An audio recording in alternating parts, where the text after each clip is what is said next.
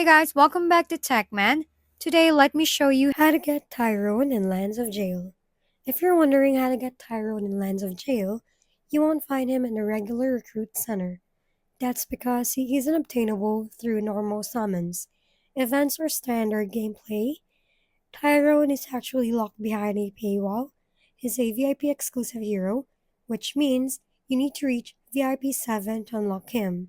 To check this, tap on your VIP level icon near your power at the top of the screen and look at the reward tiers.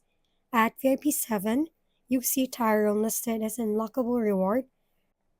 Reaching VIP 7 usually requires in game purchases, since VIP levels increase through spending on packs or bundles. Once you hit that level, you can claim the VIP rewards, which include Tyrone or his hero shards. So if you're playing free to play, unfortunately, there's no way to unlock him through normal progression. If we've been helpful, kindly give us a thumbs up and don't forget to hit the subscribe and bell button for more contents. For any questions and suggestions, comment down below.